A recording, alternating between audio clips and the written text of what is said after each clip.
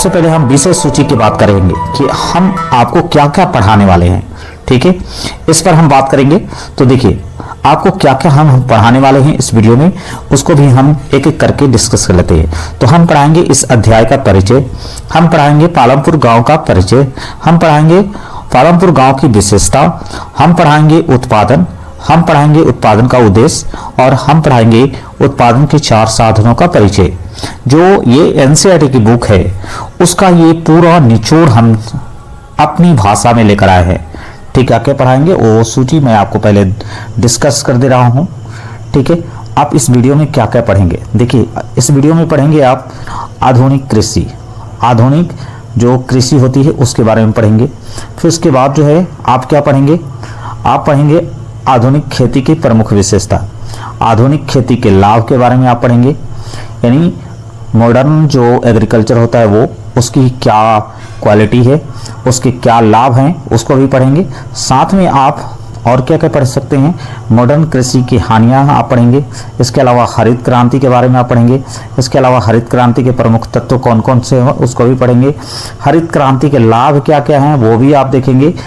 साथ में आप ये भी देखेंगे कि हरित क्रांति की समस्याएं क्या क्या हैं। सिंचाई आप जानेंगे कि सिंचाई की क्या होती है, सिंचाई के प्रमुख साधन कौन कौन हैं, सिंचाई का महत्व क्या है, और बहुफसली खेती क्या होती है जिसको मल्टीपल क्रॉपिंग कहते हैं, उसको वैसी खेती को किसे कहते हैं।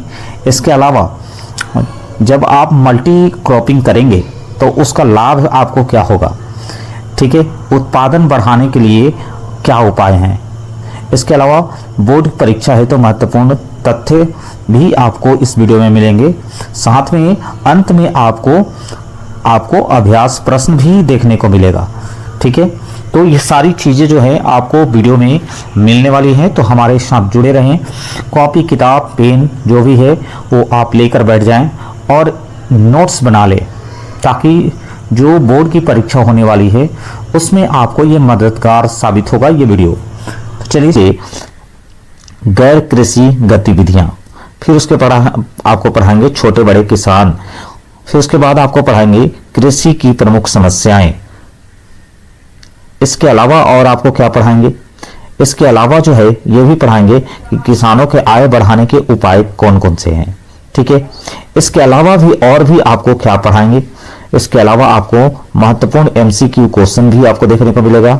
इसके अलावा ऋण व्यवस्था भी आपको देखने को मिलेगा। बोर्ड परीक्षा है तो महत्वपूर्ण प्रश्न भी आपको इसी वीडियो में मिलेंगे और आपको याद करने की ट्रिक भी इसी वीडियो में आपको दी जाएगी। तो वीडियो काफी इंटरेस्टिंग और महत्वपूर्ण है, परीक्षा की दृष्टि से आपको बनाया गया है। पेन और कॉपी जो है दोनों लेकर बैठ जाएं और इंपॉर्टेंट चीजों को नोट करते जाएं, ताकि आप इस वीडियो के माध्यम से अपनी बोर्ड परीक्षा में अच्छे नंबर ला पाएंगे। तो चलिए शुरू करते हैं। क्या आपने कभी सोचा है कि एक छोटा सा गांव पूरे देश की अर्थव्यवस्था को समझने की कुंजी कैसे बन सकता है। आखिर एक किसान कम जमीन में अधिक उत्पादन कैसे कर लेता है, उत्पादन के लिए किन किन संसाधनों की आवश्यकता होती है और खेती के अलावा गांव के लोग अपनी आजीविका को कैसे चमड़ाते हैं। इसमें इन सभी महत्वपूर्ण प्रश्नों के उत्तर आपको इसी वीडियो में मिलेंगे। जी हां, हम पढ़ने जा रहे हैं कक्षा 9th के अर्थशास्त्र के जो पहला चैप्टर है जिसका नाम है पालमपुर गांव की कहानी। एक ऐसे गांव की कहानी हम पढ़ने जा रहे हैं जहां से आपको बहुत कुछ सीखने को मिल सकता है। वो क्या क्या चीज सीखने को मिलेगा उस चीज को भी हम ध्यान रखेंगे हमारे YouTube चैनल पर। आज हम इस अध्याय को बिल्कुल आसान भाषा में शानदार उदाहरणों के साथ और महत्वपूर्ण बोर्ड प्रश्नों, एमसीक्यू और परीक्षा में पूछे जाने वाले सभी महत्वपूर्ण बिंदुओं के साथ विस्तार पूर्वक पढ़ेंगे। अगर आप भी Bihar board, CBSE, CTET, STET, BPSC, TRE, SSC या किसी भी प्रतियोगिता परीक्षा की तैयारी कर रहे हैं तो ये वीडियो आपके लिए बेहद महत्वपूर्ण है। इसलिए वीडियो को अंत तक जरूर देखिएगा और वीडियो पसंद आए तो दोस्तों में शेयर जरूर करिएगा, लाइक तो जरूर कर लीजिएगा, बेल आइकन दबाना नहीं भूलिएगा। वीडियो को जरूर अंत तक देखिएगा, तभी आप इस वीडियो का लाभ उठा पाएंगे। तो चलिए शुरू करते हैं। देखिए हम बढ़ते हैं। देखिए आगे हम क्या कह रहे हैं कि जो ये अध्याय है, जो ये आपका अध्याय है, ये बताता है कि किसी गांव की अर्थव्यवस्था कैसे कार्य करती है तथा उत्पादन कैसे होता है। मतलब आपको इस चैप्टर में ये जानना है कि किसी गांव की जो अर्थव्यवस्था होती है वो किस प्रकार कार्य करती है, वहां उत्पादन कैसे होता है, उसके लिए क्या क्या चीजों की जरूरत होती है, इसको भी हम देखेंगे। देखिए इस अध्याय के माध्यम से हम ये भी जानेंगे, ठीक है, कि उत्पादन क्या है, उत्पादन कैसे किया जाता है और उत्पादन के लिए किन किन साधनों की आवश्यकता पड़ती है, इसको भी आप इस चैप्टर में देखेंगे। इसके अलावा क्या है, खेती के अतिरिक्त गांव में और कौन कौन से कार्य किए जाते हैं। यानी गांव में खेती तो की जाती है, लेकिन गांव में इसके अलावा अन्य कौन कौन से कार्य जो है वो गांव में किए जाते हैं, उसको भी हम इस चैप्टर में देखेंगे। तो चलिए शुरू करते हैं। सबसे पहले जैसा कि हमने बताया था कि हम इस अध्याय का परिचय बताएंगे, यानी पालमपुर गांव का परिचय हम सबसे पहले जानेंगे। जो पालमपुर गांव है उसका हम परिचय जान लेते हैं। तो देखिए पालमपुर क्या है, एक काल्पनिक गांव है। पालमपुर क्या है, एक काल्पनिक गांव है। इस गांव का उपयोग जो है अर्थशास्त्र के सिद्धांतों को सरल भाषा में समझाने के लिए किया गया है। मतलब इस गांव का एक एग्जाम्पल ले लिया गया है और इसी एग्जाम्पल के माध्यम से, ठीक है, जो अर्थशास्त्र के अलग अलग सिद्धांत होते हैं उसको सरल भाषा में समझाने का प्रयास जो है ये पालमपुर गांव करता है। तो देखिए नेक्स्ट क्या करता है, ये गांव भारत के समान गांवों का प्रतिनिधित्व करता है। जो ये गांव है, जिस तरह से भारत के जितने भी गांव हैं प्रतिनिधित्व करते हैं, अलग अलग गांव हैं, सभी शहरों सभी देशों में गांव होते हैं, लेकिन ये भारत का गांव का प्रतिनिधित्व करता है। लेकिन इस गांव की कुछ खासियत है। वो क्या खासियत है जो अन्य गांवों से इसको आपको अलग बनाती है, वो आपको देखेंगे। तो सबसे पहले देखिए पालमपुर गांव की हम सबसे पहले विशेषता को जानेंगे कि इस पालमपुर गांव की वो क्या विशेषता है जो इसे अन्य गांवों से खास बनाती है। तो पहली क्या विशेषता है, देखिए इस गांव की जो पहली विशेषता है वो है इस गांव का पक्की सड़क। पक्की सड़क इस गांव की पहली विशेषता है। दूसरी विशेषता है बिजली। तीसरी विशेषता है विद्यालय और कॉलेज जो है इस गांव की विशेषता है। चौथा जो है यहाँ स्वास्थ्य केंद्र भी उपलब्ध है, यहाँ सिंचाई की सुविधा भी उपलब्ध है और यहाँ कृषि मुख्य व्यवसाय के रूप में इस्तेमाल किया जाता है। आप सोच सकते हैं कि एक ऐसा गांव है जहां सड़कें जो है, जनरली गांव की सड़कें ऐसा कंसीडर की जाता है कि गांव की सड़कें जो होती है वो कच्ची होती है, लेकिन इस गांव की जो एग्जांपल आपको दिया गया है इसमें गांव की सड़कें भी पक्की है, यहाँ बिजली की सुविधा भी उपलब्ध है। आज के डेट में हर गाँव में बिजली की सुविधा उपलब्ध हो गई है, विद्यालय की सुविधा उपलब्ध है, कॉलेज की सुविधा उपलब्ध है, यहाँ स्वास्थ्य केंद्र है। देखिए ये गाँव किस तरह से आपको खास बनाता है। आपके गाँव में क्या स्वास्थ्य केंद्र है, आप सोच कर देखिए। लेकिन ये गांव जो पालमपुर की आपका जिक्र किया जा रहा है इसमें यहाँ स्वास्थ्य केंद्र भी है, ठीक है, यहाँ सिंचाई की उत्तम व्यवस्था भी है, कृषि यहाँ मुख्य व्यवसाय के रूप में इस्तेमाल किया जा रहा है। तो आप समझ सकते हैं कि ये गांव जो है क्यों अन्य गांव से खासियत है। तो आपसे पूछेगा कि पालमपुर गांव की क्या विशेषता है, तो पालमपुर गांव की विशेषता जो हो जाएगी पक्की सड़क, बिजली, विद्यालय, स्वास्थ्य केंद्र, सिंचाई की व्यवस्था और कृषि जो है यहाँ मुख्य व्यवसाय के रूप में इस्तेमाल किया जाता है। यानी यहाँ के लोग जो है खेती करते हैं मुख्य रूप से, यानी उनकी जीविका का स्रोत जो है, आय का स्रोत जो है कृषि है। इसके अलावा भी अन्य स्रोत है, उसका भी हम आगे चल के जिक्र करेंगे। चलिए अब बात कर लेते हैं। आपके सामने है टॉपिक हमारा, जैसा कि हमने कहा था कि हम इस चैप्टर में उत्पादन पढ़ेंगे। उत्पादन सबसे पहले क्या होता है, आपके मन में प्रश्न उठ रहा होगा कि उत्पादन होता क्या है, ठीक है। तो उत्पादन क्या है, उत्पादन जो होता है कि ऐसी वस्तुओं और सेवाओं का निर्माण करना जिससे लोगों की आवश्यकता की पूर्ति हो। मतलब ऐसे चीजों, ऐसी वस्तुओं और सेवाओं का निर्माण करना जिससे कि लोगों की आवश्यकता की पूर्ति हो सके, उत्पादन कहलाती है। अब उत्पादन के एग्जाम्पल की बात कर लेते हैं। तो देखिए एग्जाम्पल में क्या क्या आएगा। एग्जाम्पल में आता है आपका, जैसे आपका गेहूं उगाना, फिर उसके बाद दूध बेचना, ये सभी उत्पादन के अंतर्गत आते हैं। इसके अलावा देखिए, इसके अलावा जो है कपड़ा बनाना, इसके अलावा दुकान चलाना, इसके अलावा बस चलाना, ये सभी जो है ये सभी को उत्पादन कहा जाता है, क्योंकि ये किसी न किसी की आवश्यकता की पूर्ति करते हैं। ठीक है, आगे बात कर लेते हैं। उत्पादन क्या है समझ गए होंगे। अब हम देख लेते हैं कि उत्पादन का उद्देश्य क्या है, उत्पादन क्यों किया जाता है, उसके पीछे उसका उद्देश्य क्या है। ठीक है, तो उत्पादन जो है वो क्यों किया जाता है। पहला है उत्पादन के लोगों की आवश्यकता की पूर्ति करना। पहला चीज क्या है, लोगों की आवश्यकता की पूर्ति करना, ये उत्पादन है, उत्पादन का उद्देश्य होता है। दूसरा है रोजगार उपलब्ध कराना, रोजगार उपलब्ध कराना उत्पादन करने का उद्देश्य होता है। तीसरा है आय अर्जित करना, यानी पैसे कमाना उत्पादन का उद्देश्य होता है। और चौथा आर्थिक विकास करना, यानी डेवलपमेंट करना, आप कर सकते हैं आर्थिक रूप से सशक्त होना, ये जो है उत्पादन का उद्देश्य है। तो आपने देख लिया, लोगों की आवश्यकता की पूर्ति करना जो है उत्पादन का उद्देश्य है, रोजगार उपलब्ध कराना उत्पादन का उद्देश्य है, फिर उसके बाद आय अर्जित करना उत्पादन का उद्देश्य है, और आर्थिक विकास करना ये उत्पादन का उद्देश्य है। ठीक है, अब आगे बात कर लेते हैं। जिस उत्पादन की हम बात कर रहे हैं, उत्पादन क्या है हम समझ गए हैं, उत्पादन का उद्देश्य क्या होता है समझ गए हैं। अब हम बात कर लेते हैं कि उत्पादन के कितने साधन होते हैं। आपसे क्वेश्चन पूछेगा, ये सभी क्वेश्चन इंपॉर्टेंट है। उत्पादन क्या है, उत्पादन का उद्देश्य क्या है, उत्पादन के कौन कौन से साधन होते हैं। तो उत्पादन के कितने साधन हैं, 4 साधन होते हैं। ठीक है, तो उत्पादन के जो 4 साधन हैं, ठीक है, वो कौन कौन से है उसको भी जानिए। तो सबसे पहले भूमि, उसके बाद है श्रम, उसके बाद है भौतिक पूंजी जिसको फिजिकल कैपिटल बोलते हैं, और फिर उसके बाद है मानव पूंजी जिसको ह्यूमन कैपिटल। ये 4 चीजें जो है उत्पादन के साधन है, भूमि, श्रम, कैपिटल और आपका मानव पूंजी। ये 4 चीजें जो है वो उत्पादन के 4 साधन मानी जाती है। अब देखिए, अभी तक जो हम पढ़े हैं उसका क्विक रिवीजन करते हैं। क्विक रिवीजन करने का सेंस है कि हम क्या पढ़ रहे हैं। हम पढ़ रहे हैं पालमपुर गांव के बारे में। ठीक है, अब पालमपुर गांव के बारे में पढ़ रहे हैं, तो पालमपुर गांव में की मुख्य व्यवसाय क्या है। जैसा कि आपको हमने बताया था कि पालमपुर गांव की मुख्य व्यवसाय क्या है, कृषि है।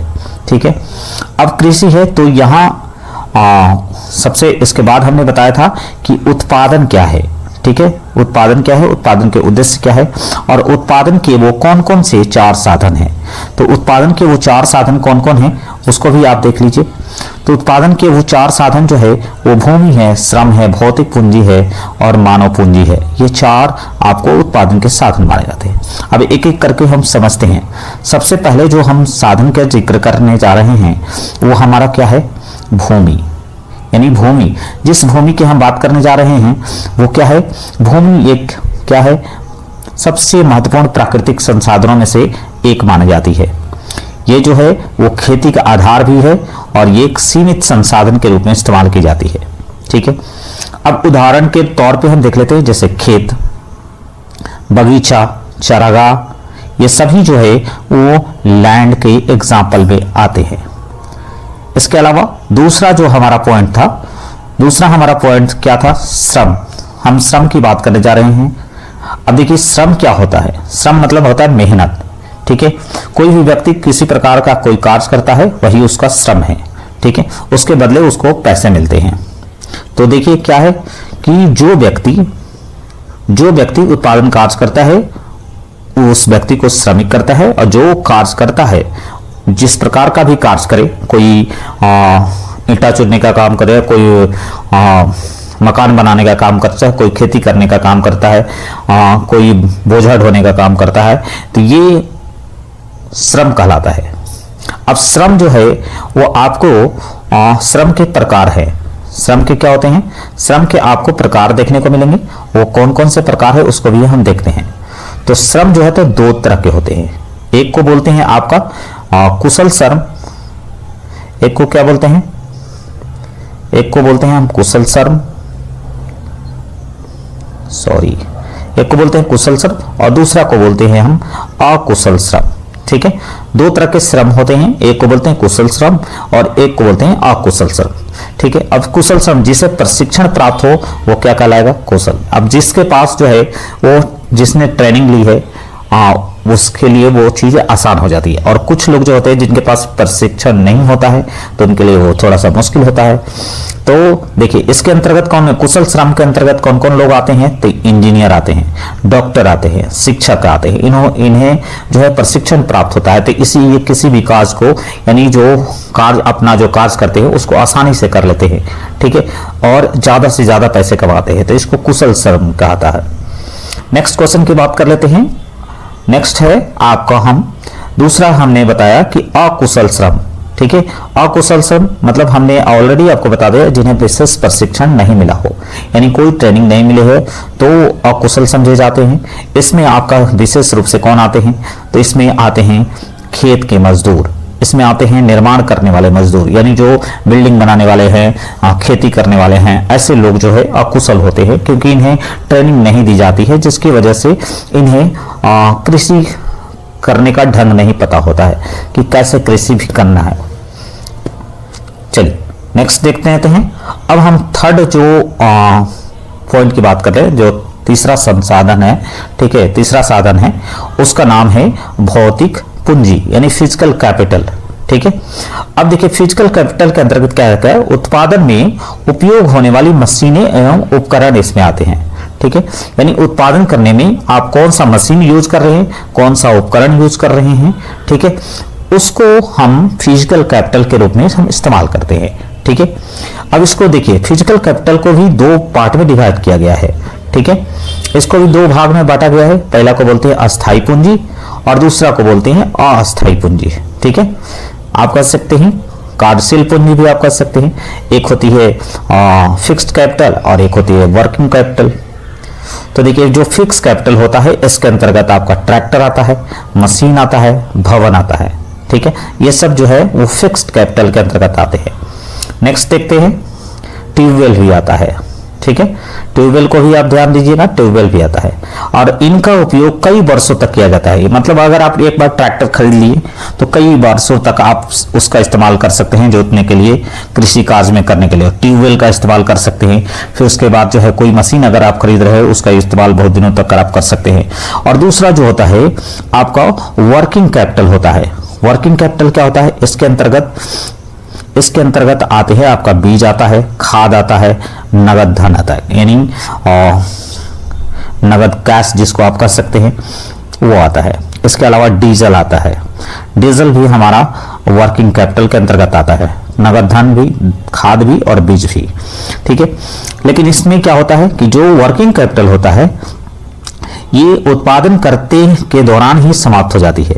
यानी डीजल आप यूज कर रहे हैं, आप कुछ देर में डीजल खत्म हो जाता है, आप पैसा कृषि में यूज कर रहे हैं, कुछ दिनों के बाद जो है पैसा खत्म हो जाता है। खाद आप यूज करते हैं, खाद जो है आप खेत में छिड़क दिए खत्म हो जाता है, बीज जो आप छिड़क दिए खत्म हो जाता है, ठीक है। तो ये जो है ये वर्किंग कैपिटल इसे कहा जाता है, मतलब कुछ समय के बाद ये खत्म हो जाती है, जबकि जो फिक्स्ड कैपिटल होती है उसको सालों साल हम यूज करते हैं। तो उम्मीद है समझ में आ गया होगा कि कैपिटल दो तरह के होंगे, एक वर्किंग कैपिटल और दूसरा है फिक्स्ड कैपिटल। वर्किंग कैपिटल में आपका मशीन आ गया, ठीक है, वर्किंग कैपिटल में आपका बीज आ गया, खाद आ गया, नगद धन आ गया, डीजल आ गया, ये सभी जो है जिसका इस्तेमाल हम करते हैं खत्म हो जाती है, ठीक है, फिर करते हैं खत्म हो जाती है, तो इसको हम वर्किंग कैपिटल के अंतर्गत रखते हैं। और फिक्स्ड कैपिटल होता है कि एक बार हमने खरीद लिया और उसका इस्तेमाल अगर हम बहुत दिनों तक कर रहे हैं तो उसको फिक्स्ड कैपिटल कहते हैं। और उसके अंतर्गत जो है हमने आपको बताया था कि इसके अंतर्गत जो है आपका ट्रैक्टर आता है, ठीक है, हमने आपको बताया था कि ट्रैक्टर आता है, मशीनें आती हैं, भवन आता है, ठीक है। एक बार आपने पूंजी लगा दिया वो आपका फिक्स्ड कैपिटल हो गया और उसी का इस्तेमाल आप बहुत दिनों तक करते जाते हैं, ठीक है। ट्यूबवेल हो गया। नेक्स्ट क्वेश्चन की बात कर लेते हैं और नेक्स्ट पॉइंट की बात कर लेते हैं। तो नेक्स्ट पॉइंट पे हमारा पढ़ना है मानव पूंजी। मानव पूंजी कहता है ह्यूमन कैपिटल।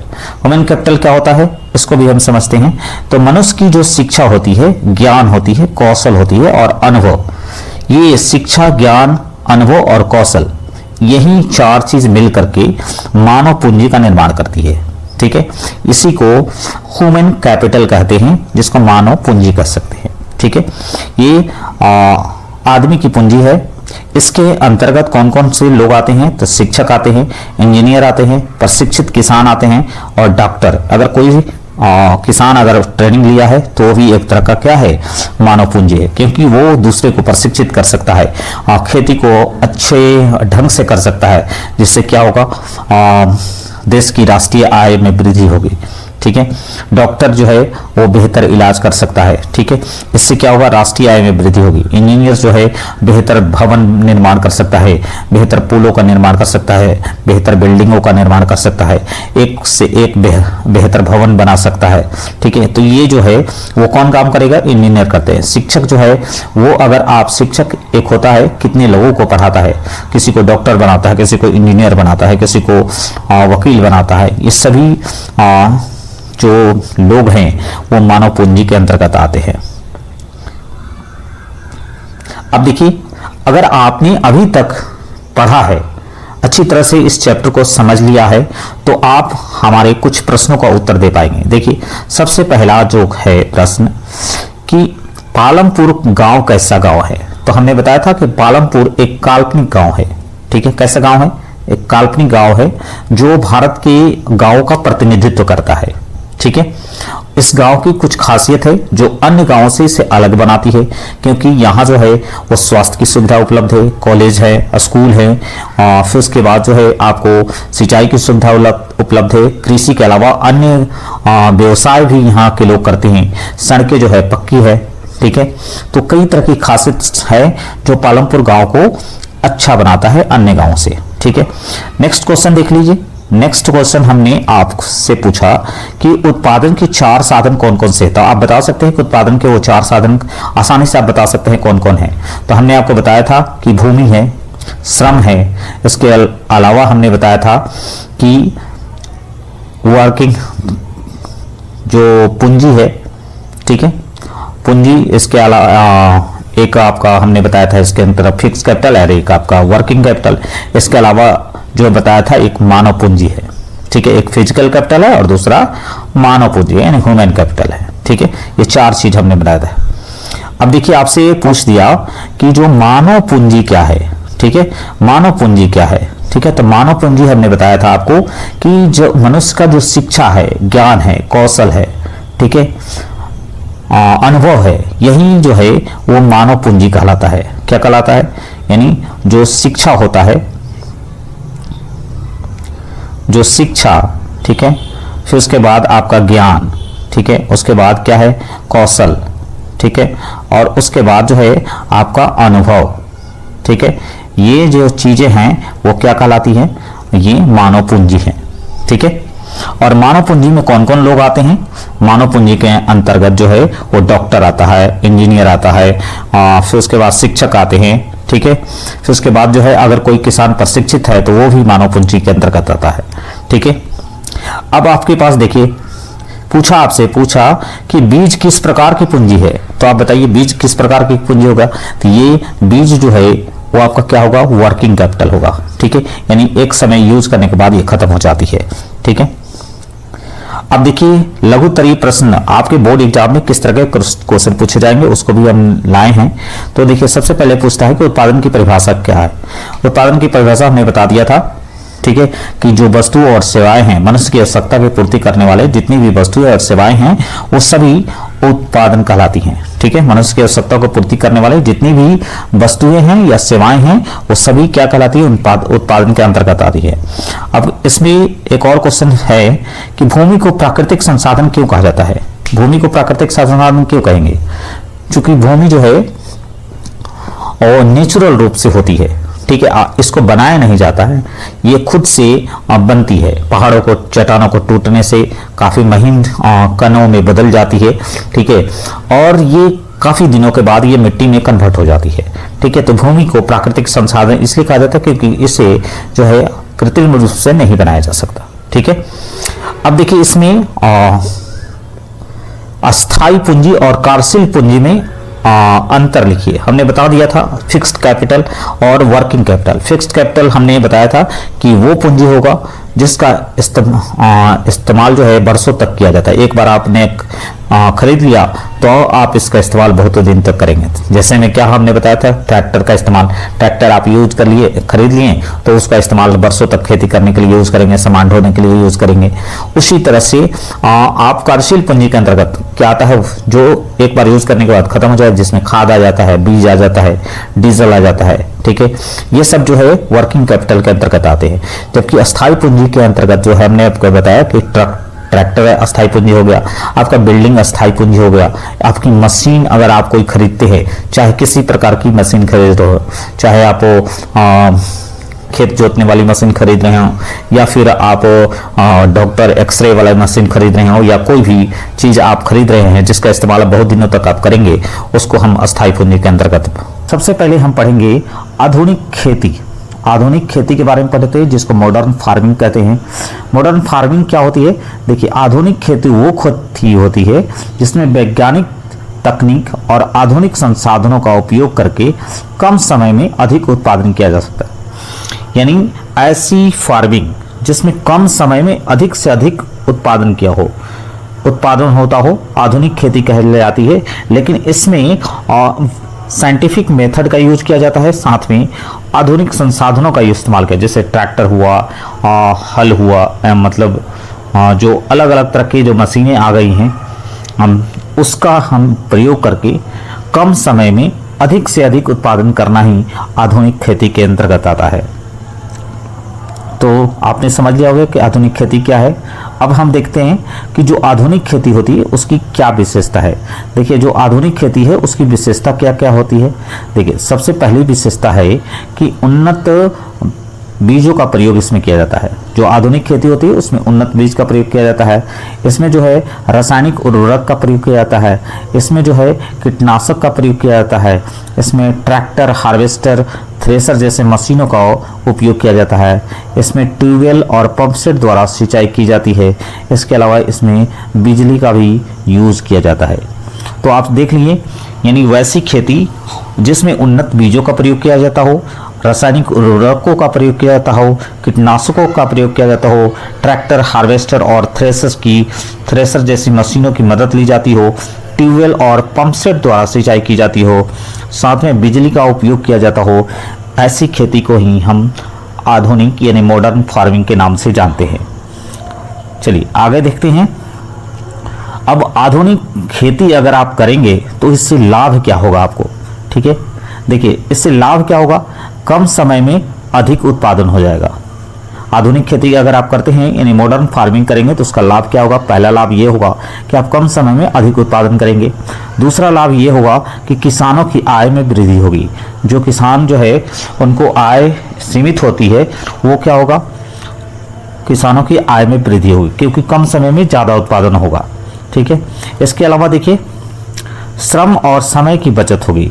आपको इसमें श्रम भी कम लगेगा और समय भी कम लगेगा, दोनों चीज़ की बचत हो जाएगी। यानी श्रम की भी बचत होगी, यानी कम समय में अधिक उत्पादन होगा, किसान के आय में वृद्धि हो जाएगी, श्रम और समय दोनों की बचत हो जाएगी और एक वर्ष में अनेक फसलें उगाना संभव हो जाएगा। देखिए, आज के डेट में क्या है, हमारे यहाँ 1 या 2 फसल होती है साल भर में, 2 फसलें होती हैं, ठीक है।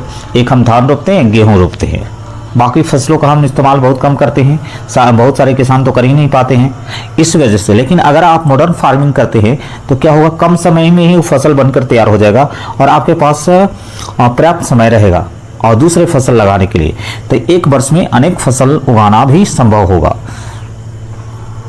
अगर आप मॉडर्न खेती करते हैं तो। इसके अलावा और क्या होगा, खाद्यान्न का उत्पादन में वृद्धि होगी, यानी प्रोडक्शन जो है वो काफ़ी बढ़ जाएगा, ठीक है। जब आप मॉडर्न फार्मिंग करेंगे तो क्या होगा, प्रोडक्शन बढ़ जाएगा।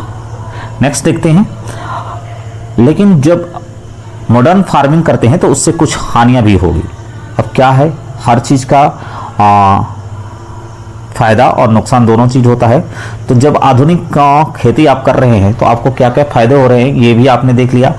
अब क्या क्या हानि होगी वो भी, उसको भी ध्यान में रखेंगे आप, क्योंकि आपसे क्वेश्चन कुछ भी पूछ सकता है कि जब हम मॉडर्न फार्मिंग करते हैं तो उससे आपको क्या हानि होगी।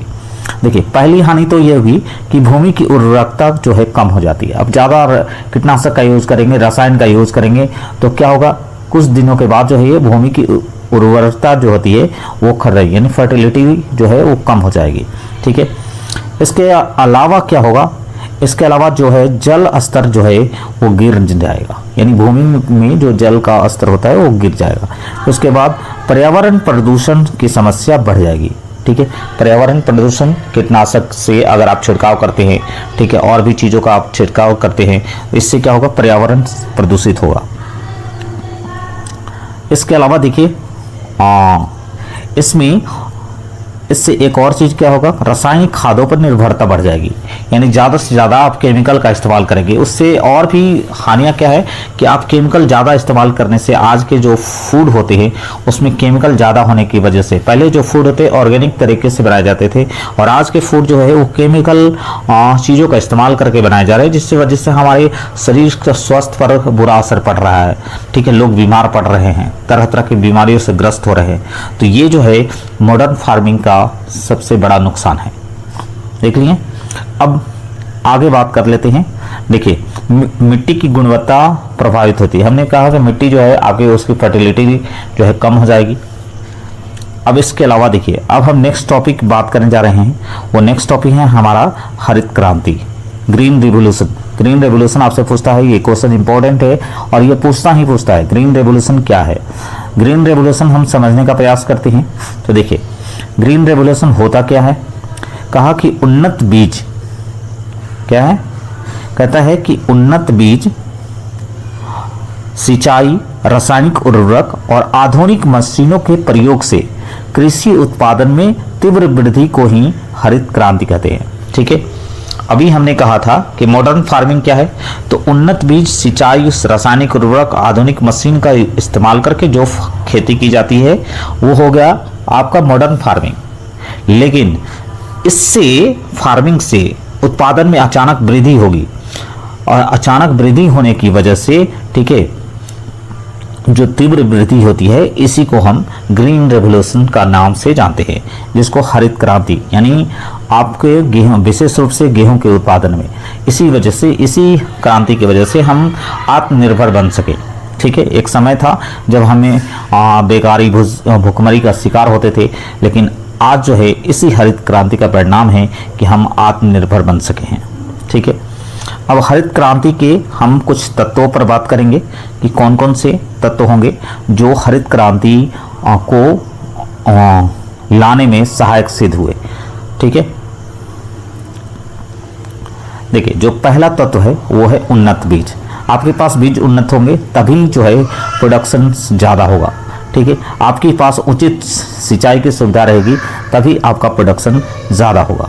ठीक है, इसके अलावा अगर आपके पास रासायनिक उर्वरक होंगे तभी आपका प्रोडक्शन ज़्यादा होगा। फिर उसके बाद आपके पास कृषि वाली मशीनें जो आधुनिक तकनीक से बनी है वो अगर रहती हैं तभी जो है वो ज़्यादा उत्पादन संभव है। इसके अलावा बिजली रहेगा तो क्या होगा, पैसे की लागत कम हो जाएगी, किसानों को इससे ज़्यादा लाभ होगा, इससे ज़्यादा से ज़्यादा उत्पादन भी बढ़ेगा। ठीक है, इसके अलावा बैंक ऋण भी आपका क्या हो जाएगा, ये कम हो जाएगा।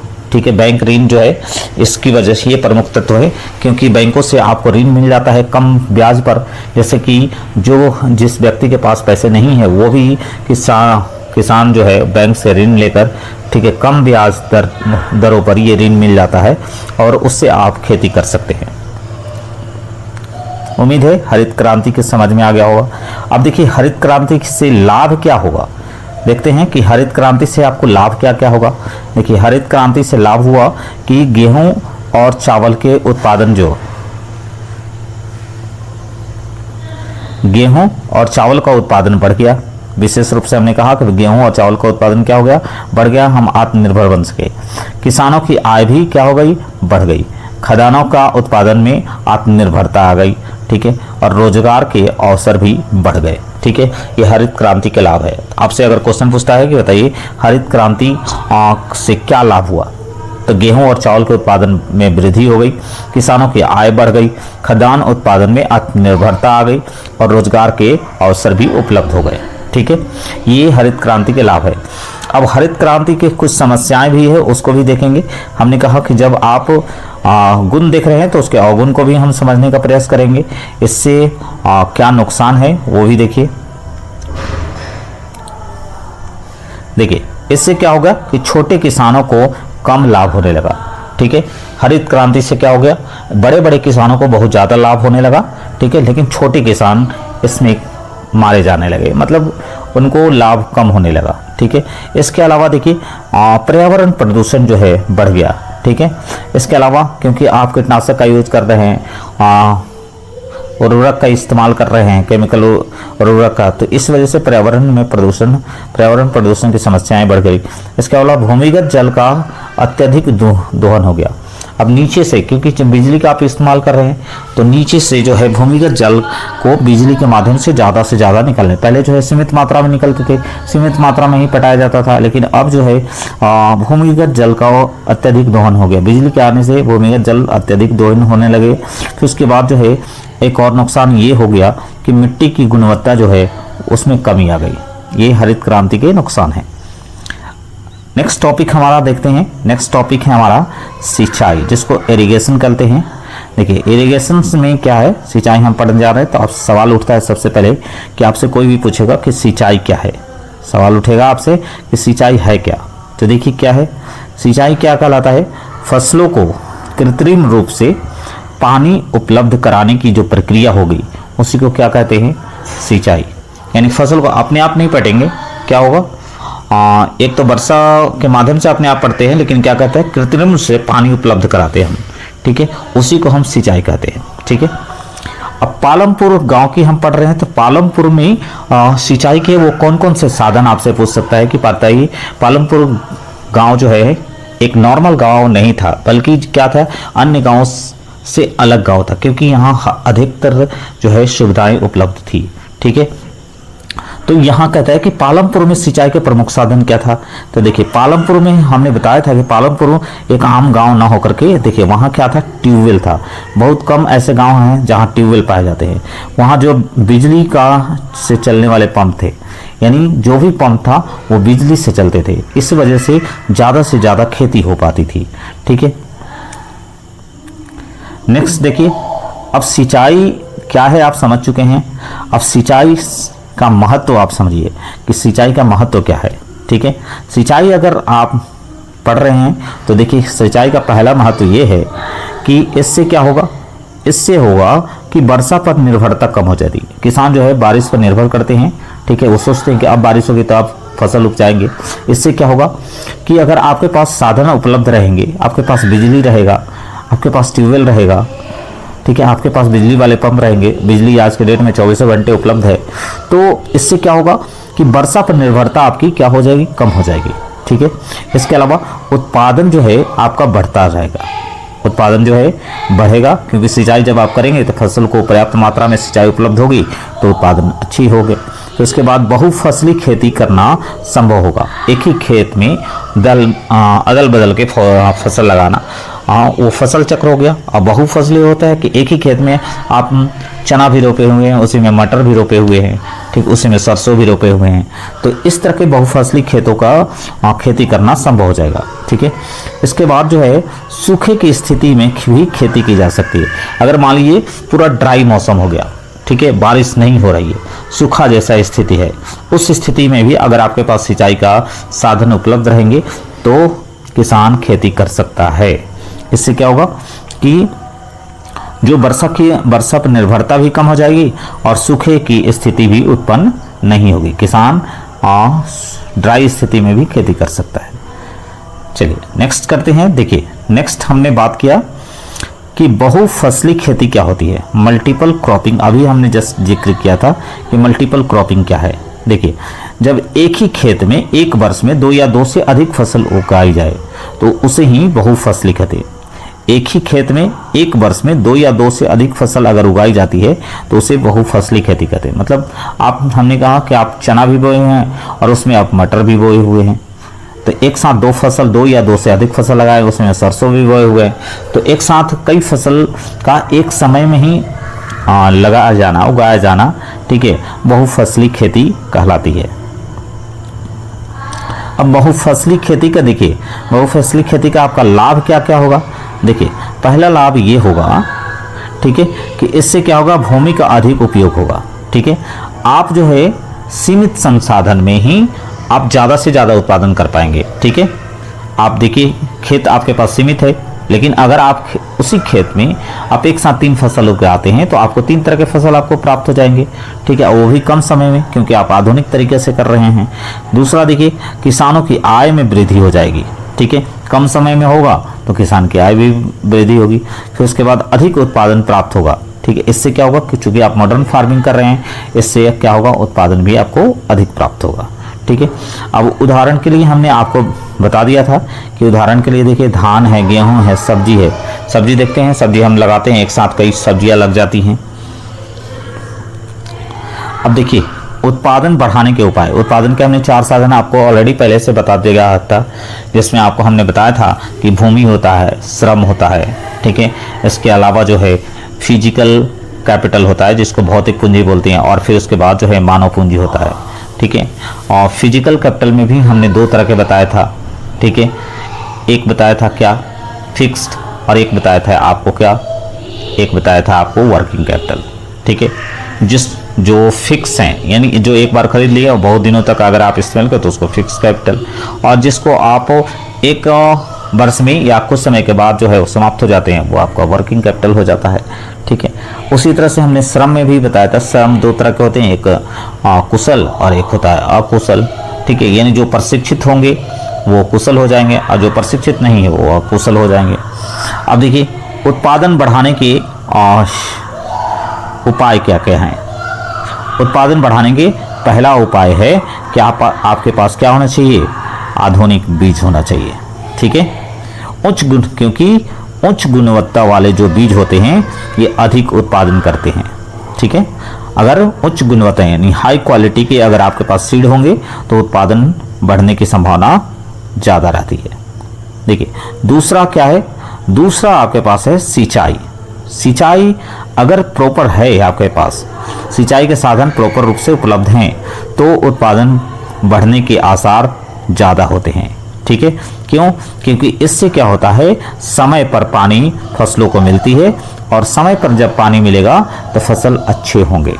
ठीक है, नेक्स्ट देखिए तीसरा चीज जो है, तीसरा है रासायनिक उर्वरक। ठीक है, अगर आपके पास जो है केमिकल फर्टिलाइजर है, ठीक है, तो वो क्या होता है, इससे फसलों को जो आवश्यक पोषक तत्व होता है, फसलों को जो आवश्यक पोषक तत्व होता है वो मिल जाते हैं। यानी किसी में फॉस्फोरस कम है, किसी में यूरिया कम है। ठीक है, तो वो जो है जब आप इसका छिड़काव करेंगे तो उसके पास जो तत्व कम रहेगा उसको वो ले लेगा। इससे क्या होगा, फसल जो है अच्छे होंगे। ठीक है, चौथा देखिए इसमें है कृषि मशीनें। कृषि मशीनें, इससे हमने आपको कहा कि ट्रैक्टर है, हल है, ये सब जो चीज़ें जो आज के दिन में मॉडर्न युग में यूज कर रहे हैं, सीड बोने के भी आपके मशीन आ गई है। ठीक है, तो ये कई तरह की मशीनें जो आधुनिक रूप से इस्तेमाल की जा रही है। इससे क्या होगा, इससे होगा कि जो आपका श्रम, समय और श्रम दोनों की बचत हो जाती है। ठीक है, अब इसके अलावा जो है वो 5वां पॉइंट क्या है, शिक्षा। अगर आपके पास शिक्षा है, आप शिक्षित हैं, आपके पास नॉलेज है, तो क्या होगा, नॉलेज होगा तो आप क्या करेंगे, जो आधुनिक मशीनें हैं, ठीक है, जो आधुनिक तकनीक है, मशीन है, उसका जो है आप बेहतर ढंग से इस्तेमाल कर पाएंगे। आपके पास चीज़ें हैं लेकिन आप बेहतर ढंग से इस्तेमाल नहीं करते हैं, उसका इस्तेमाल नहीं करना जानते हैं, तो इससे क्या होगा कि जब आप बेहतर ढंग से इस्तेमाल नहीं करेंगे तो उसका नुकसान आपको होगा। सब चीज़ होने के बावजूद भी फसल उत्पादन जो है कम हो जाएगा। लेकिन अगर आप शिक्षित हैं, अच्छी तरह से उसको चलाना जानते हैं, उसका यूज पता है, आपको नुकसान पता है, सब चीज़ पता है, तो कैसे यूज करना है, अगर हर तरीके से अगर आप परिचित हैं, आपने उसकी ट्रेनिंग ले रखी है, तो इससे क्या होगा, इससे आपकी जो है वो तकनीक अच्छी तरह से आप उसका बेहतर इस्तेमाल करेंगे, और बेहतर इस्तेमाल करने की वजह से उत्पादन जो है बढ़ने की संभावना प्रबल होती है। ठीक है, उम्मीद है आपको समझ में आ रहा होगा वीडियो। अब देखिए, तो अगर वीडियो समझ में आ रहा हो तो हमारे चैनल को लाइक, सब्सक्राइब और शेयर करना नहीं भूले।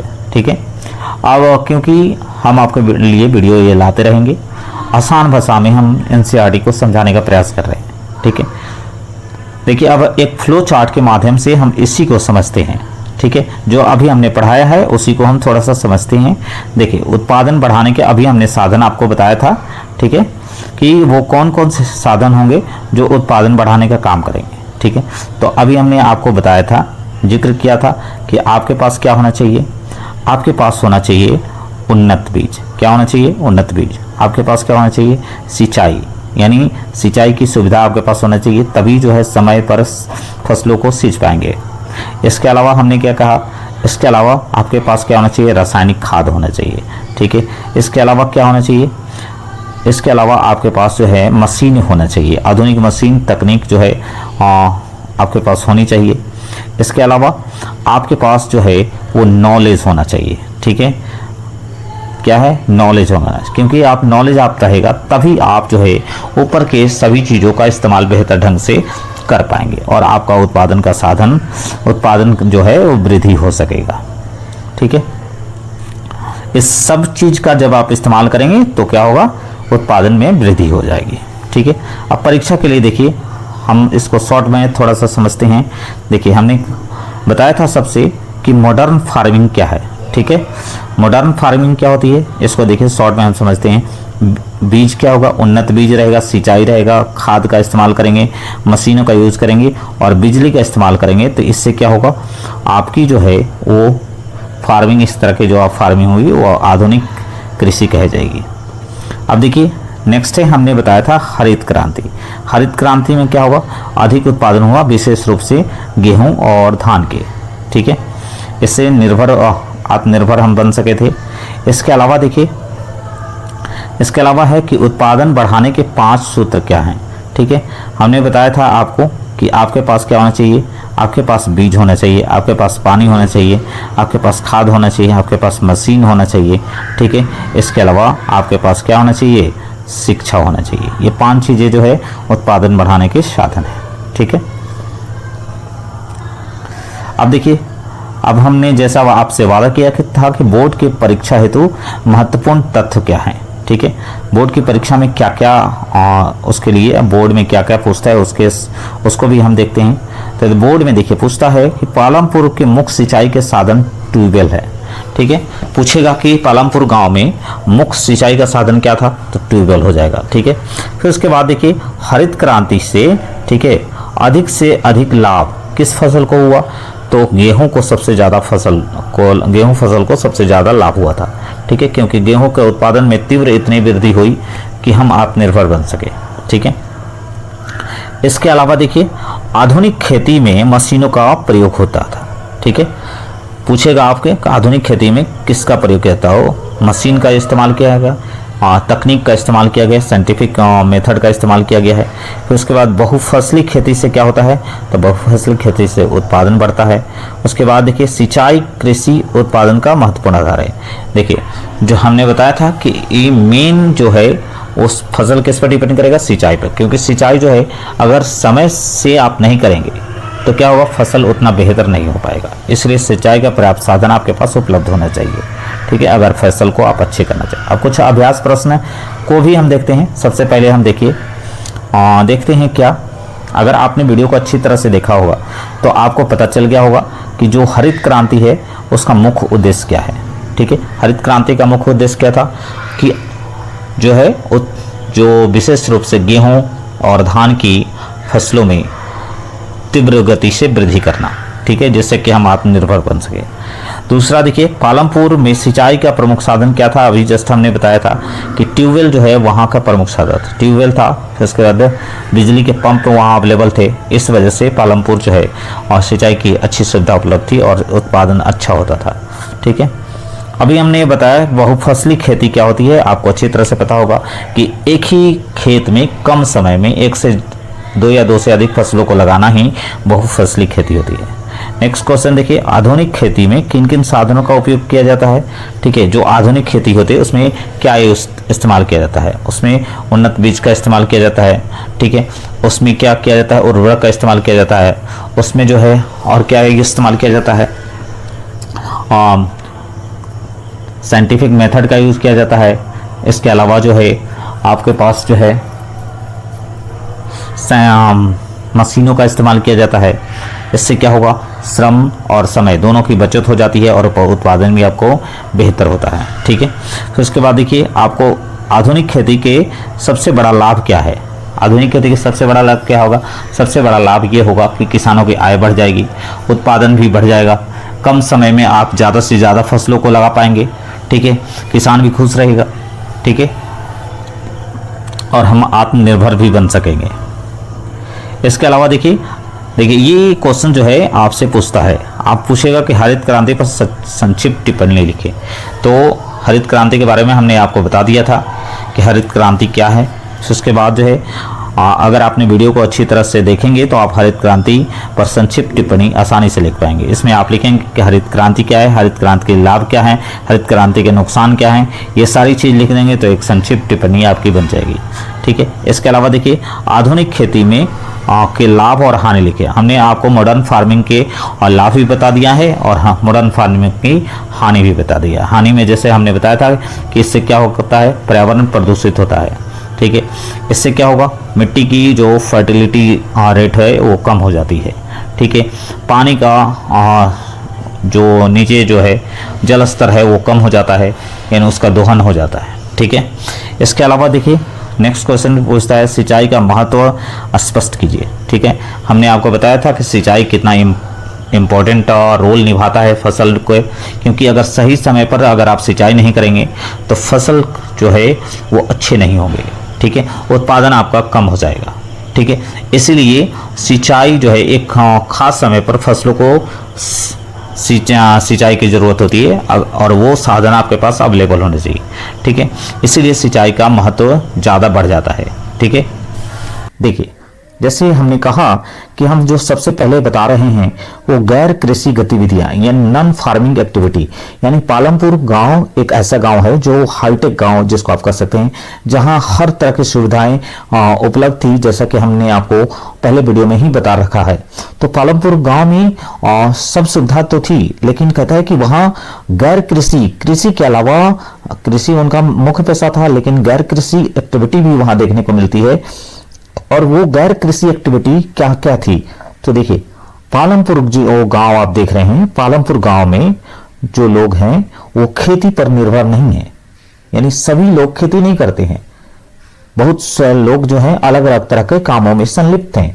आय बढ़ाने के लिए लोग खेती के अलावा कई कार्य करते हैं। वो कार्य ही आपको देखना है कि कौन कौन से वो कार्य खेती के अलावा वहां के लोग करते थे, जिससे कि वहां की सोर्स ऑफ इनकम जो है वो ज्यादा थी।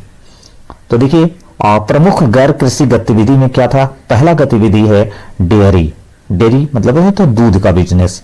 देखिए जो पालमपुर गांव आपको देखने को मिलता है, पालमपुर गांव में गाय और भैंस का पालन किया जाता था, दूध बेचना वहां का मुख्य पेशा था। इसके अलावा जो है अतिरिक्त आय का भी स्रोत है, यानी दुकानें थी, सब चीज जो चीजें थी आय के और भी चीजें जो है बना करके लोग बेचा करते थे। ठीक है, कोई दूध बनाकर बेच रहा है, कोई दही बनाकर बेच रहा है, कोई घी बनाकर बेच रहा है। तो ये डेयरी से संबंधित जो है चीजें जो है वो गैर कृषि एक्टिविटी के अंतर्गत आई। अब देखिए इसके अलावा क्या था, इसके अलावा हमने कहा कि पालमपुर में दुकानदारी जो है वो ज्यादा देखने को मिलती है। इस यहाँ जो है देखिए किराना दुकान जो है आपको देखने को मिलता है। रोल लोग जो है किराना दुकान खोलते हैं क्योंकि ये दैनिक चीजें होती हैं जो हमें इस दुकान से मिलती है। इसके अलावा खाद और बीज की दुकान, क्योंकि चूंकि यहाँ कृषि होती थी तो किसानों को खाद और बीज की भी जरूरत होती है जो आसानी से उसी गांव में उपलब्ध हो जाती थी।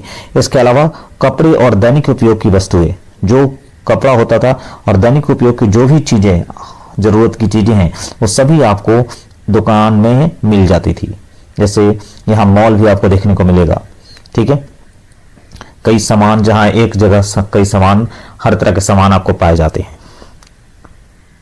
नेक्स्ट देखिए, नेक्स्ट क्या है, नेक्स्ट जो है अन्य जो गैर फार्मिंग एक्टिविटी है उसमें आता है परिवहन। यानी जो पालमपुर गांव के किसान होते थे वो उनके मतलब खेती के अलावा दुकानदार भी करते थे और डेयरी का भी काम करते थे। इसके अलावा भी और कोई कौन कौन से काम है, तो ट्रैक्टर चलाने का काम करते थे, कोई ऑटो चलाने का काम करता, कोई वैन चलाने का काम करता, कोई ट्रक चलाने का काम कर रहा है, कोई बस चलाने का काम कर रहा। इससे भी आय का स्रोत वहां के लोगों को होती थी। ठीक है, इससे क्या होता था, इससे एक और चीज होती थी, इससे लोगों को रोजगार मिलता था। ठीक है, इसमें कई सारे चीजें जो है लोग शामिल हुआ करते थे, जिस वजह से लोगों को रोजगार आसानी से मिलता था। नेक्स्ट देखिए, तो आपने समझ गए होंगे कि पालमपुर गांव में गैर फार्मिंग एक्टिविटी क्या क्या थी, यानी डेयरी था, परिवहन था, दुकानदारी थी। ठीक है, ये सारी चीजें जो है आपको पालमपुर में देखने को मिलती है फार्मिंग के अलावा। इसके अलावा देखिए और भी क्या थे, वहां जो है वो आपको लघु उद्योग देखने को, यानी छोटे छोटे उद्योग जो है आपको देखने को मिलेगा। लघु उद्योग क्या है, ये आप हमारे YouTube चैनल पर जाइए, वहां आपको मिल जाएगा लघु उद्योग और जो कुटीर उद्योग में अंतर आपको देखने को मिलेगा। आपको मध्यम उद्योग और बड़े उद्योग में अंतर देखने को मिलेगा। तो आप हमारे चैनल पर जाकर के वहां लघु उद्योग की परिभाषा और कुटीर उद्योग की परिभाषा जाकर देख सकते हैं, वहां उनमें क्या अंतर है उसको भी बताया गया है। देखिए लघु उद्योगों में क्या क्या था, तो लघु उद्योगों में होती थी सिलाई, ठीक है, छोटे बढ़ईगिरी, इसके अलावा टोकरी बनाना, गुड़ बनाना, ये सब जो है लघु उद्योग के अंतर्गत आते थे। और ये सभी काम जो है वो आपको लघु उद्योग के अंतर्गत आते थे और वहां के लोग जो है वो करते थे। कोई जो है सिलाई का काम कर रहा है, कोई बढ़ईगिरी का काम कर रहा है, कोई टोकरी बनाने का काम कर रहा है, कोई गुड़ बनाने का काम कर रहा है। ठीक है, ये सारी एक्टिविटी जो है लघु उद्योगों के अंतर्गत आती है, तो ये भी नॉन फार्मिंग एक्टिविटी है। अब यहां देखिए, अभी तक जो हमने पढ़ाया उसको याद करने के लिए आपके पास ट्रिक हम देने जा रहे हैं। ठीक है, अब इसमें देखिए ट्रिक क्या है, ट्रिक है डे पर दूल, डे पर दूल, डे पर दूल। अब यहां देखिए डे से क्या हो जाएगा डेयरी, पर से हो जाएगा परिवहन, दूध से हो जाएगा दुकानदारी और ल से हो जाएगा लघु उद्योग। ये हमने बताया कि ये नॉन फार्मिंग एक्टिविटी है, वहां यानी वहां दूध बेचने का काम होता था, वहां परिवहन का काम होता है, वहां दुकानदारी की जाती थी, साथ में वहां लघु उद्योग का भी व्यवस्था थी। नेक्स्ट देखिए, नेक्स्ट बात कर लेते हैं हम कि हमने कहा था वादा के मुताबिक हम कि इस टॉपिक को भी हम पढ़ाने जा रहे हैं कि सबसे पहले आप जानेंगे कि छोटे और बड़े किसान क्या होते हैं। ठीक है, तो सबसे पहले हम देखते हैं छोटे किसान क्या होते हैं। छोटे किसान किसको कहते हैं, छोटे किसान को उनको कहते हैं जिनके पास जो है 2 हेक्टेयर से कम की भूमि हो। अगर किसी किसान के पास 2 हेक्टेयर से कम की भूमि हो तो उसको छोटा किसान कहा जाता है। इसके अलावा देखिए जिसका आय कम हो, यानी जिस किसान की आय कम हो वो छोटे किसान के अंतर्गत है। जो पैसे के लिए लोन पर निर्भर करता हो, यानी किसी से पैसा लेकर खेती करता हो। ठीक है, इसके अलावा जो है आधुनिक मशीनों का प्रयोग कम करता हो, मतलब खुद से मेहनत ज्यादा करता हो और आधुनिक मशीनों का प्रयोग कम करता हो। ठीक है, चूंकि इनके पास पैसे नहीं होते तो मशीनों का कैसे यूज करेंगे, इसी वजह से ये छोटे किसान कहलाते हैं। उम्मीद है छोटे किसान आपको समझ में आ गया होगा। अब देखिए जो छोटे किसान है उनकी समस्या क्या थी। देखिए समस्या है गरीबी, समस्या है कम उत्पादन। अब जाहिर सी बात है कि आप टेक्निक का यूज नहीं करेंगे तो आपका उत्पादन कम होगा, आपके पास पूंजी की कमी रहेगी क्योंकि आप लोन लेकर काम कर रहे हैं। ठीक है, इसके अलावा प्राकृतिक आपदाओं का भी प्रभाव इनके पास देखने को मिलता है, क्योंकि अब बारिश ज्यादा हो गई, फसल बर्बाद हो गया। इसके अलावा जो है बाढ़ हो गया, सुखाड़ हो गया, ये कई चीजें जो है वो छोटे मोटे किसानों को ज्यादा प्रभावित करने का काम करती थी। ठीक है, अब बात कर लेते हैं बड़े किसान कौन होते हैं। ठीक है, बड़े किसान किसको कहा जाता है, तो जिनके पास जो है वो 2 हेक्टेयर से अधिक जमीन होगी वो बड़े किसान कहलाएंगे। ठीक है, इसके अलावा जो अधिक उत्पादन करने का काम करते थे वो बड़े किसान कहलाएंगे। जिनके पास जो ट्रैक्टर और मशीनों का उपयोग कर रहे हैं, यानी खेती में ट्रैक्टर का यूज कर रहे हैं और कई तरह के मशीनों का यूज कर रहे हैं, तो ऐसे लोग जो है वो बड़े किसान माने जाते हैं। इसके अलावा जो अधिक लाभ कमाते थे ऐसे लोग, जो ऐसे किसानों को बड़े किसान का दर्जा दिया गया है। तो उम्मीद है छोटे किसान और बड़े किसान में अंतर समझ में आ गया होगा। अब देखिए हमने अलग अलग बता दिया। आप देखिए आप इसको अंतर अंतर भी समझ सकते हैं। छोटे और बड़े किसान में क्या अंतर है? देखिए, जो छोटे किसान होते हैं, ठीक है, उनके पास कम भूमि होती है, इनके पास अधिक भूमि होगी। ये कम उत्पादन करेंगे, ये अधिक उत्पादन करेंगे। इसमें ऋण पर निर्भर स्वयं या निवेश करने की क्षमता इनमें, देखिए, ये ऋण पर निर्भर करते हैं और इनके पास जो है स्वयं निवेश करने की क्षमता होगी, क्योंकि इनके पास पैसे रहेंगे और इनके पास पैसे नहीं होते हैं, किसी से दूसरे से पैसे लेकर खेती करते हैं और खेत से जो लाभ होता है फिर से उसको रिटर्न करने का काम करते हैं। इसके अलावा इनके पास चूंकि ये कम खेती करते हैं तो कम आय होगी और ये अधिक खेती करते हैं तो इनके पास आय भी अधिक होगी। तो छोटे किसान और बड़े किसान में यही अंतर था मुख्य रूप से। अगर आपके एग्जाम में ये पूछता है तो आप आसानी से लिख पाएंगे। देखिए, अब आपसे पूछ दिया कि जो किसान को ऋण कहां से मिलता है, यानी किसान जो है वो लोन कहां से लेते थे, ठीक है। तो देखिए क्या है कि खेती के लिए, यानी खेती के लिए किसानों को बीज, खाद, मशीन, सिंचाई हेतु धन की आवश्यकता होती थी, ठीक है। अगर खेती करना है किसानों को तो उसके लिए बीज भी चाहिए, आपको खाद भी चाहिए, मशीन भी चाहिए, सिंचाई की व्यवस्था भी चाहिए, ठीक है। और इसके लिए पैसे लगते हैं और पैसे ये कहां से आएंगे? तो इसके लिए आपके पास स्रोत होते हैं, संस्थागत स्रोत। क्या होता है? एक स्रोत होता है जिसका नाम है संस्थागत स्रोत, मतलब संस्था से आप पैसे लेंगे। अब इसमें संस्था में कौन कौन रहता है? तो जो पहला संस्था है वो है आपका बैंक, यानी बैंक से किसानों को ऋण मिलता था। फिर उसके बाद है सहकारी समिति। सहकारी एक प्रकार की समिति होती है, इसी जो कि किसानों को ऋण देने का काम करती है। इसके अलावा ग्रामीण बैंक होता है, यानी ग्राम में किसानों के लिए बैंक उपलब्ध कराएंगे, जिसको ग्रामीण बैंक बोलते हैं, ठीक है, जो किसानों को ऋण देने का काम करते थे। अब देखिए इससे लाभ क्या होगा, मतलब संस्थागत जो ये स्रोत हैं उससे किसानों को क्या लाभ मिलता था। तो ये जो तीनों आप स्रोत देख रहे हैं, चाहे आप बैंक देख रहे हो, चाहे आप सहकारी समिति देख रहे हो या फिर ग्रामीण बैंक, ये क्या करते थे? कम ब्याज पर किसानों को लोन देते थे, सरकारी सहायता प्रदान करते थे, यानी सरकार की तरफ से जो छूट दी जाती थी वो देते थे। फिर उसके बाद जो है सुरक्षित ऋण जो है वो देते थे, ठीक है। ये सभी काम जो है आसानी से किसानों को उपलब्ध हो जाता था।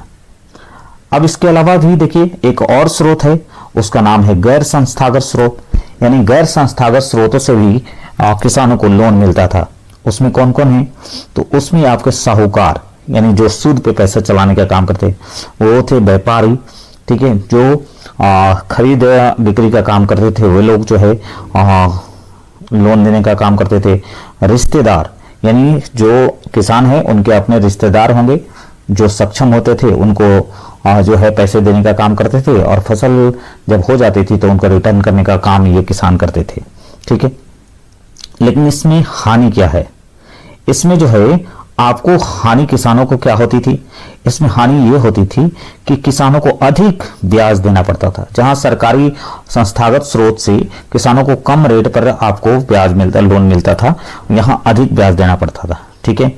अब जो है व्यापारी या साहूकार दे रहे हैं तो ये शोषण करने की संभावना इनकी ज्यादा रहती थी। अब कम पैसे में ये अपना काम करवा लेते थे, मजदूरी होती है ज्यादा और ये दे देते थे कम। किसान चाहकर भी नहीं मांग पाता था क्योंकि वो कर्ज में डूबा हुआ है, ठीक है।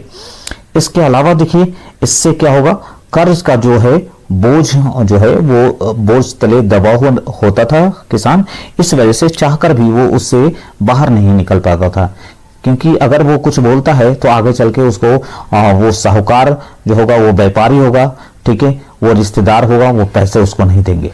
तो मनचाहा कीमत यहाँ उस वसूला जाता था किसानों से, उनका शोषण किया जाता था, जिस वजह से ऐसे किसानों को लाभ की जगह ज्यादातर आपको हानियां ही देखने को मिलती है। उम्मीद है वीडियो पसंद आ रहा होगा। तो अगर वीडियो पसंद आ रहा है तो हमारे चैनल को लाइक, सब्सक्राइब और शेयर करना नहीं भूले। हम पालनपुर ग्राम की कहानी को एकदम आसान भाषा में समझा रहे हैं, ठीक है। अगर वीडियो को अगर आप अच्छी तरह से पढ़ लेते हैं, देख लेते हैं, तो मैं गारंटी देता हूं कि आप इस चैप्टर का एक भी क्वेश्चन ऐसा नहीं होगा जिसको आप बना नहीं पाएंगे। चलिए आप देखते हैं कि कृषि की प्रमुख समस्या क्या थी, यानी जो खेती करते हैं लोग उनके सामने समस्या क्या होती है, ठीक है। तो समस्या ये है, पहला समस्या देखिए, भूमि सीमित होती है। ठीक है, आपके पास जमीन जो है वो फिक्स्ड है और सिंचाई की कमी रहती थी, प्रॉपर व्यवस्था नहीं होती थी, उन्नत बीज काफी महंगे, अगर हाइब्रिड आपको मतलब अच्छी क्वालिटी का बीज चाहिए तो काफी महंगे होते थे, रासायनिक उर्वरक जो आप छिड़काव करते हैं वो काफी महंगे होते थे, भूमिगत जल का स्तर जो है वो घट रहा था। इसके अलावा पर्यावरण प्रदूषण जो है इससे बढ़ रहा है। आप चाहे केमिकल फर्टिलाइजर ये सब यूज करेंगे तो इससे क्या होगा, प्रदूषण की समस्या जो है बढ़ने की चांसेस ज्यादा रहते हैं। नेक्स्ट क्वेश्चन देखिए, सॉरी नेक्स्ट टॉपिक देखिए। नेक्स्ट टॉपिक में हम कर रहे हैं किसानों की आय बढ़ाने के क्या उपाय हैं। हम आपको ये भी बताएंगे कि किसान कैसे आय बढ़ा सकते हैं। तो देखिए, अगर किसान कहता है कि आधुनिक तकनीक अपनाता है, ठीक है, ज्यादातर किसान जो है ये समझते हैं कि हम तकनीक से करेंगे तो हमारा फसल बर्बाद हो जाएगा, हो सकता है हमारा खेत बर्बाद हो जाए, उस तरह का वो फसल उस तरह का ना हो पाए। तो ये जो है शिक्षा की जरूर कमी रही है, जिसकी वजह से आधुनिक तकनीक का इस्तेमाल जो है किसान बचते रहे। ठीक है, लेकिन आधुनिक तकनीक अगर वो अपनाते तो किसानों को आय जरूर बढ़ता। ठीक है, इसके अलावा जो है जैविक खेती मतलब अगर घर में ही आपकी खाद बना सकते थे, घर में आप सब्जी यूज करते हैं, उससे कंपोस्ट करके आप खाद बना सकते हैं, उससे खेतों में छिड़काव करते हैं, तो जैविक खेती आप कर सकते थे। ठीक है, इससे क्या होगा, इससे आपका मिट्टी की उर्वरा शक्ति भी बने रहेगी और आपको ज्यादा पैसे के लिए फर्टिलाइजर भी नहीं खरीदना पड़ेगा, केमिकल का इस्तेमाल नहीं करना पड़ेगा। उसके बाद बेहतर सिंचाई की व्यवस्था अगर आप करेंगे तब जो है वो किसानों को आय बढ़ सकते हैं, क्योंकि सिंचाई एक ऐसा साधन है, ठीक है, अगर फसल को सही समय पर आप नहीं मिल पाया तो फसल का ग्रोथ नहीं हो पाता। इसीलिए सिंचाई प्रॉपर समय पे होनी चाहिए, तभी फसल का ग्रोथ होता है। ठीक है, इसके अलावा देखिए कम ब्याज पर ऋण। ठीक है, अगर किसानों को अगर कम पैसे पे ऋण उपलब्ध होता, जैसे कि सरकारी बैंक दे रहे थे, ग्रामीण बैंक दे रहे थे, ठीक है, सहकारी समिति दे रही थी, तो अगर कम ब्याज पर किसानों को अगर ऋण उपलब्ध हो जाए तो किसान क्या करते हैं, किसान कर सकते हैं कि उससे से ज्यादा मुनाफा कमा सकते हैं।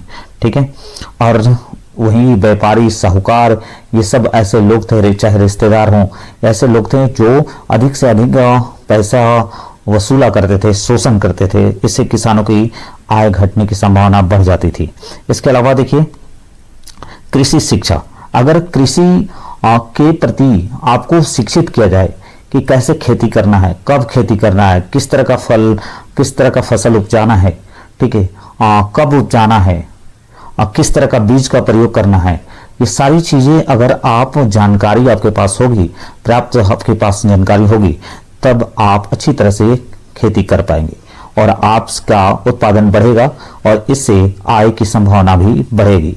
इसके अलावा देखिए सरकारी योजनाओं का लाभ। ठीक है, सरकारी योजनाओं का लाभ यानी सरकार बहुत सारे ऐसे किसानों के लिए प्रोग्राम चला रही है, लेकिन बहुत सारे किसान इसका लाभ ही नहीं ले पाते क्योंकि उनके पास जानकारी का अभाव रहता है। बहुत सारे किसानों के पास न टीवी होता है, न रेडियो होता है, सरकारी योजनाएं जो है वो आती है चली जाती है, उसको पता ही नहीं चलता। इस वजह से सरकारी जो योजना है वो सही समय पर किसानों तक पहुंच नहीं पाती। तो जागरूकता भी फैलाने की जरूरत है ताकि किसान जो है अगर अपनी सरकारी योजनाओं का लाभ ले तो क्या होगा, वहां सब्सिडी मिल जाएगी, इससे किसानों को लाभ होगा। बहुत सारे किसानों के ऋण माफ सरकार कर देती है, तो इससे क्या होगा, किसानों को एक बड़ी राहत मिलती है। इससे किसानों के आय बढ़ने के चांसेस बढ़ जाते हैं। नेक्स्ट देखिए, अब आपके देखिए बोर्ड परीक्षा में जैसे हमने कहा था कि आपके बोर्ड के परीक्षा के महत्वपूर्ण प्रश्न क्या होंगे, आपके बोर्ड में किस तरह के क्वेश्चन आएंगे। देखिए जो 2 नंबर का बोर्ड में 2 नंबर के क्वेश्चन आते हैं, 5 नंबर के क्वेश्चन आते हैं, ठीक है, 3 नंबर के भी क्वेश्चन आते हैं। तो आप ध्यान से देखिए, कहते हैं कि अगर बोर्ड परीक्षा में देखिए क्वेश्चन क्या आता है, क्वेश्चन आता है कि गैर कृषि गतिविधि क्या है। गैर कृषि गतिविधि आपको हमने बता दिया था कौन कौन सी गैर कृषि, डेयरी है, परिवहन है, दुकानदारी है और उद्योग, लघु उद्योग है, ये सब जो है गैर कृषि एक्टिविटी में आती है। जो पालनपुर के लोग जो है किया करते थे, मैंने अभी पीछे ही बताया है, उसको ध्यान से अगर देख लेंगे, अगर आप समझ लेंगे तो ज्यादा आपके लिए आसान हो जाएगा। इसके अलावा देखिए संस्थागत ऋण क्या है। संस्थागत ऋण मतलब जो बैंक देती है लोन, जो सहकारी समिति देती है, जो ग्रामीण बैंक देता है। ऐसे जो संस्थाएं होती है उसको संस्थागत ऋण के नाम से जाना जाता है। और ये जो है कम दर पर ब्याज उपलब्ध कराती है किसानों को। इससे किसानों के आय बढ़ने की संभावना ज्यादा रहती है। जबकि दूसरी ओर जो है गैर संस्थागत में आपका साहूकार आ जाते हैं, व्यापारी आ जाते हैं, रिश्तेदार आ जाते हैं। ये क्या करते हैं, अधिक दर पर ब्याज देते हैं और किसानों को शोषण करने का काम करते हैं, जिससे कि आय की संभावना घट जाती है। मैंने आपको बता दिया था। तो दोनों क्वेश्चन के आंसर में भी आप बना पाएंगे। नेक्स्ट क्वेश्चन देखिए।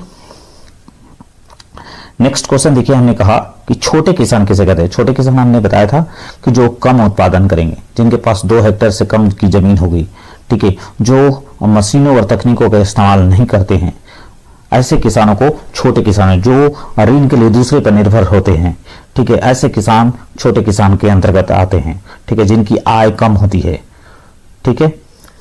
तो अगर आपसे बड़े किसान पूछ देगा तो वही जस्ट अपोजिट लिख देना है, जो उत्पादन अधिक करेगा, जो मुनाफा ज्यादा कमाएगा, जिनका जो मशीनों और तकनीकों का इस्तेमाल करता है, ठीक है, जिसके पास 2 हेक्टेयर से ज्यादा की जमीन होती है, ठीक है, जिसको आसानी से जो है वो ऋण उपलब्ध होता है या फिर स्वयं वो निवेश कर लेता है, तो उसको हम बड़े किसान कहते हैं। नेक्स्ट देखिए। नेक्स्ट क्वेश्चन आपसे पूछा कि छोटे किसान और बड़े किसान में अंतर लिखिए। तो मैंने आपको बता दिया है वीडियो में अच्छी तरह से कि छोटे किसान और बड़े किसान में क्या अंतर है। इसके अलावा देखिए डेयरी व्यवसाय का लाभ क्या है। देखिए जो डेयरी व्यवसाय है, हमने कहा कि जो पालनपुर के लोग थे डेयरी का व्यवसाय करते, यानी दूध का व्यापार करते थे। दूध के व्यापार में कोई दूध बेच रहा है, कोई दही बेच रहा है, कोई घी बेच रहा है, कोई मक्खन बेच रहा है, कोई आपका पनीर बेच रहा है। तो दूध एक ऐसा प्रोडक्ट है जिससे कई चीजें बनाई जाती है। कोई मिठाई बेच रहा है, ठीक है। तो आप समझ सकते हैं कि दूध जो है एक यूजफुल प्रोडक्ट माना जाता है। इससे कई तरह के प्रोडक्ट बनाए जाते हैं, ठीक है। आप देखे होंगे जो सुधा डेयरी का जो दुकान होती है उसमें दूध से रिलेटेड प्रोडक्ट मिलते हैं। तो आपको देखेंगे उसमें क्या क्या मिलता है। पनीर मिलता है, मक्खन मिलता है, उसमें घी मिलते हैं, उसमें जो है आपको मिठाई मिलती है, इसके अलावा दूध मिलता है, दही मिलता है। तो हर तरह के प्रोडक्ट आपको दूध से रिलेटेड आपको उस दुकान में मिलती हैं। तो इस तरह का जो है वो व्यवसाय पालनपुर गांव में देखने को मिलता है, ठीक है। इससे जो है किसानों को मुनाफा होता था। खेती के अलावा जो किसान जो है डेयरी का काम करते थे वो उनको ज्यादा मुनाफा देखने को मिलता था, क्योंकि वो पशु पाले हुए थे, उनके पास जो है पर्याप्त दूध की मात्रा होती थी, जिससे कि वो मनचाहा अपना बिजनेस करते। कोई दूध बेचेगा, कोई दही बेचता था, कोई पूरा सामान ही एक साथ बेच रहा है, ठीक है। इससे क्या है, नेक्स्ट क्वेश्चन देखिए, कृषि की प्रमुख समस्याएं बताइए। देखिए कृषि की प्रमुख समस्या हमने आपको बताया, एक तो क्या है कि लोन उसको नहीं मिलता है। अगर लोन मिलता है तो हाई रेट पे मिलता है, ठीक है। दूसरा है जो आपदा है, जैसे बाढ़ हो गया, सुखाड़ हो गया, ये सब चीजें जो हैं वो कई तरह की समस्याओं को सामना कर। सही समय पर सिंचाई उपलब्ध नहीं होती है। उसके बाद जो है फसल भूमि भी उनके पास फिक्स होती है। फिर उसके बाद उच्च क्वालिटी का बीज नहीं मिलता है, और मिलता भी है तो काफी महंगा होता है, जो किसान लेने में सक्षम नहीं है। तो ये सारी चीजें, सरकारी सुविधाओं का, सरकारी योजनाओं का उसको लाभ नहीं मिल पाता है। तो कई तरह की कृषि में समस्याएं देखने को मिलती है। सही समय पर बारिश नहीं होना, सही समय पर सिंचाई नहीं होना, उन्नत बीज का उपलब्ध नहीं होना, फर्टिलाइजर का उपलब्ध नहीं होना, ठीक है। ये सारी समस्याएं जो है जब आप खेती करेंगे तो कई तरह की समस्याओं का सामना आपको करना पड़ेगा, ठीक है। अब देखिए, अब 5 अंक वाले प्रश्न क्या है। देखिए 5 अंक वाले प्रश्न पूछा कि पालमपुर गांव में गैर कृषि गतिविधि का विस्तार से वर्णन कीजिए, ठीक है। गैर कृषि एक्टिविटी अभी हमने बता दिया था कि डेयरी हो गया, परिवहन हो गया, यानी वहां के लोग जो है वो डेयरी का काम करते थे, यानी दूध से जुड़े प्रोडक्ट को बेचने का काम करते थे। फिर परिवहन का कार्य, यानी कोई ऑटो चला रहा है, कोई बस चला रहा है, कोई ट्रक चला रहा है, कोई कार चला रहा है, ठीक है, जिससे कि सोर्स ऑफ इनकम बढ़ा हुआ रहता है। इसके अलावा जो है हमने कोई जो है सिलाई कर रहा है, ठीक है, कोई बुनाई कर रहा है, कोई बढ़ई का काम कर रहा है, ये जो है वो आपको देखने को मिलता है। ये गैर कृषि एक्टिविटी के अंतर्गत आती है। इसी को आपको डिटेल में थोड़ा लिख देना है। आपको मैंने वीडियो में सब चीज बता दिया है। अगर आप ध्यान से सुनेंगे तो इस क्वेश्चन का भी जवाब आप दे पाएंगे। नेक्स्ट देखिए, अब हम बात कर लेते हैं MCQ प्रश्न के को भी हम चर्चा करेंगे।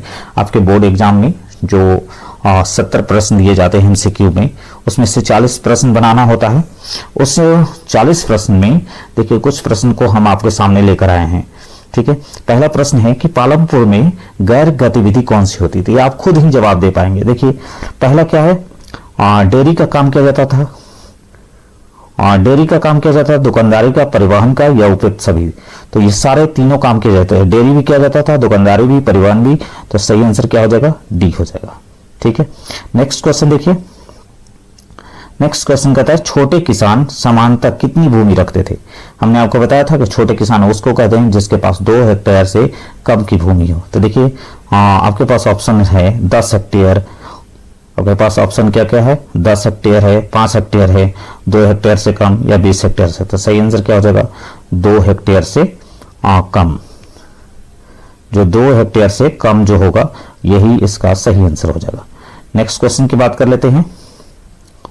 नेक्स्ट क्वेश्चन देखिए, आप सभी क्वेश्चन का जवाब दे पाएंगे। अगर वीडियो को आप अच्छी तरह से देखते हैं तो सभी क्वेश्चन का जवाब आसानी से दे पाएंगे। नेक्स्ट देखिए, संस्थागत ऋण का प्रमुख स्रोत कौन कौन है? ठीक है, संस्थागत ऋण में हमने आपको बताया था कि बैंक होता है, ग्रामीण बैंक है, सहकारी समिति है, ये संस्थागत ऋण के अंतर्गत आते थे। तो आपके पास देखिए ऑप्शन क्या है? साहूकार। तो साहूकार तो गैर संस्थागत में आता था, बैंक आपका संस्थागत में आता है। व्यापारी तो होता नहीं था, व्यापारी जो है गैर संस्थागत है, रिश्तेदार भी गैर संस्थागत में आता है। तो सही आंसर क्या हो जाएगा? बैंक जो है संस्थागत ऋण के अंतर्गत आता था। ठीक है, नेक्स्ट देखिए, नेक्स्ट क्वेश्चन है कि डेयरी का व्यवसाय का मुख्य उद्देश्य क्या है? ठीक है, डेयरी का व्यवसाय यानी जो दूध का व्यवसाय करते हैं उसका मुख्य उद्देश्य क्या है? ठीक है, मुख्य उद्देश्य आपके पास ऑप्शन है दूध उत्पादन करना, अतिरिक्त आय कमाना, रोजगार करना, या उपयुक्त सभी। तो सही आंसर क्या हो जाएगा? सही आंसर हो जाएगा उपयुक्त सभी। क्यों?